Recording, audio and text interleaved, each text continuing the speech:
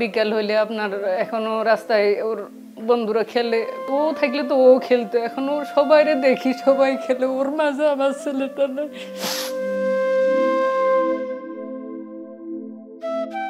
অঙ্কুরেই ঝরে গেল কত স্বপ্ন, সব মায়া পেছনে ফেলে অসীমে পাড়ি দিয়েছে সূর্য সন্তান।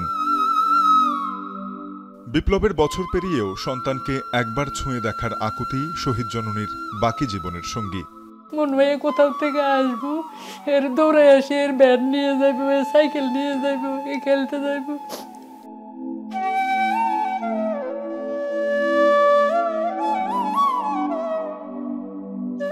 আমার নিজের কাছে ভালো লাগে, মনে হয় যেন আমার ছেলেটা আসবো কোথাও থেকে।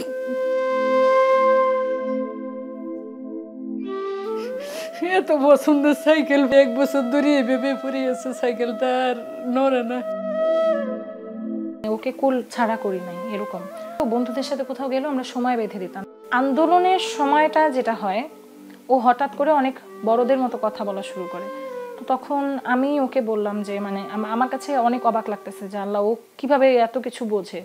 আমার বন্ধুর গায়ে রাবার বুলেট ডাক যে আমি যাইতেছি একটু, এই কইয়ে দৌড়ে আমার এইটা বইলা ওর খাটের কাছে যায়, ওর খাট তো ওই রুমে, কি নিল কি রাখলে 5-7 মানে ঢুকলো আর বাইরে হলো একেবারে সামনে।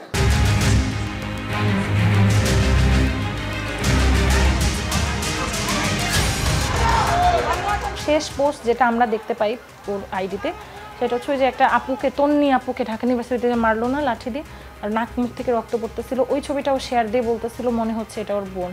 তো ও মূলত ওর বোনদেরকে নিয়ে অনেক সেন্সিটিভ ছিল, আর এই যখন দেখছে যে আন্দোলনে মেয়েদের গায়ে হাত তুলছে, ও এটা নিতে পারেনি, ও এটা একদমই পছন্দ করে না, সহ্য করতে পারে না।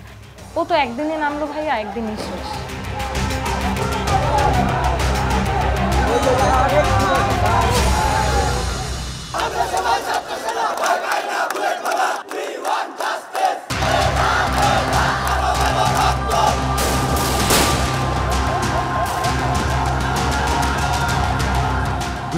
সালের অভ্যুত্থানে যখন সারা দেশ থমকে ভয় আর নিস্তব্ধতায়, তখন প্রথম জেগেছিল স্কুল কলেজের শিক্ষার্থীরা। অভিভাবকের চোখ পালিয়ে শিশু কিশোররাই কাঁধে তুলে নেন দেশ রক্ষার দায়িত্ব।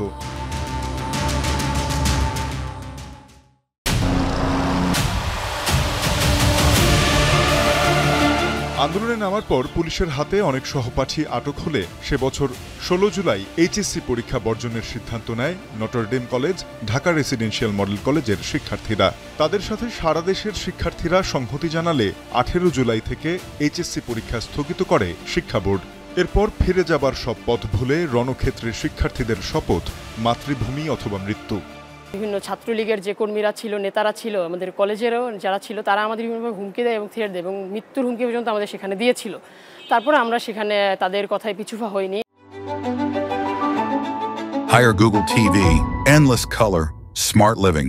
এমনকি আমার নিজের নানাও মুক্তিযোদ্ধা, কিন্তু আমি চিন্তা করছি আমি যদি মুক্তিযোদ্ধা কোটায় না পেয়ে আমি আমার নিজের মেধায় পাবো, এতে করে সবাই একটা ন্যায্য মূল্য পাবে এবং ন্যায্য জায়গা পাবে তাদের যোগ্যতা অনুযায়ী। স্কুল কলেজে ক্লাস বর্জন করে ওরা যেভাবে আমাদের পাশে এসে দাঁড়াইছে, হ্যাঁ দাঁড়িয়েছিল, তখন হচ্ছে আমাদের মানে ওদেরকে সাথে নিয়ে আমরা হচ্ছে আন্দোলন আরো বেগবান করেছি।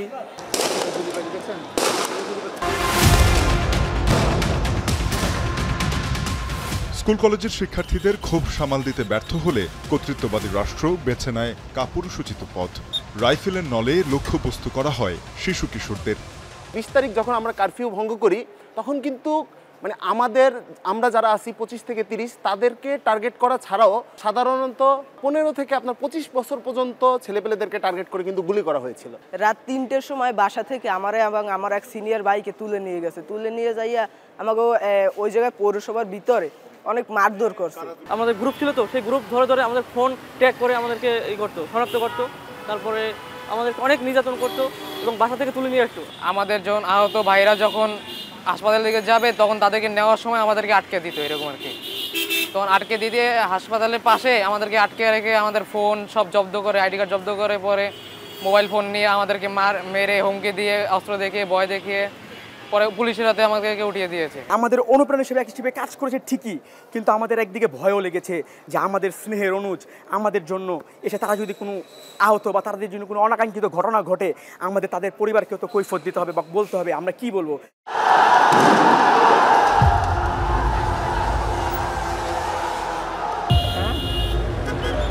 জাতিসংঘের মানবাধিকার সংস্থার প্রতিবেদনে জুলাই আগস্টের পাশবিক হত্যাযজ্ঞে শহীদের সংখ্যা ১৪০০ ছাড়ায়, যেখানে ১৩% অর্থাৎ অন্তত ১৮২ জন শিক্ষার্থী।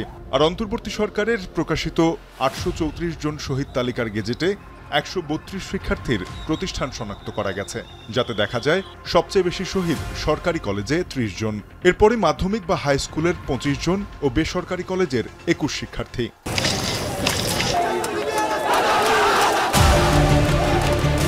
প্রতিষ্ঠান হিসেবে সবচেয়ে বেশি শহীদ কবি নজরুল সরকারি কলেজ, নর্দান বিশ্ববিদ্যালয়, সরকারি তোলারাম কলেজ নারায়ণগঞ্জ, ফেনী সরকারি কলেজে।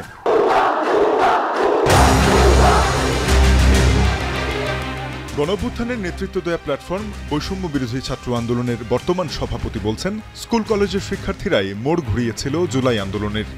ওরা যখন হলো কি এক্সামগুলো বয়কট করতেছিল, শিক্ষা প্রতিষ্ঠানগুলো তো বলতেছিল আর আমরা ক্লাসে যাব না, ওরা চলে এসেছে। ওরা শাহবাগ সহ হলো গিয়ে প্রত্যেকটা জায়গায় প্রত্যেকটা মোড়ে ব্লকেটগুলো, এটার মেজর পার্টে কিন্তু আসলে ছিল স্কুল কলেজের শিক্ষার্থীরা। যখনই দেখবেন যে কোনো একটা ক্রাইসিস মোমেন্ট আসবে, এই ছেলে মেয়েগুলো সামনে আসতেছে। বাট আমরা ওদেরকে বলেছি যে মাঝমোড় হলো গিয়া লেখাপড়ার দিকে ফোকাস করতে, ইউনিভার্সিটি লেভেলে আসুক, তারা আমাদের সাথে কানেক্টেড। এরা আসলে গণঅভ্যুত্থানের ভ্যানগার্ড, গণঅভ্যুত্থানকে রক্ষা করে এরা।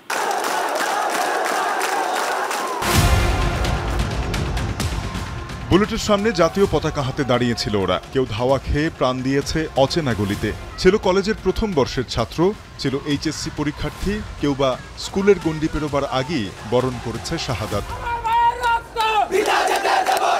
মাতৃভূমির সর্বস্তরে অনিয়ম আর দুঃশাসনের বেড়াজাল ভাঙতে প্রাণ দিয়েছিল মোহাম্মদপুর মডেল কলেজের সৈকত, আদর্শ একাডেমির আনাস, ঢাকা রেসিডেন্সিয়াল মডেল কলেজের ফাইয়াজের মতো সারা দেশের স্কুল কলেজের শিক্ষার্থীরা।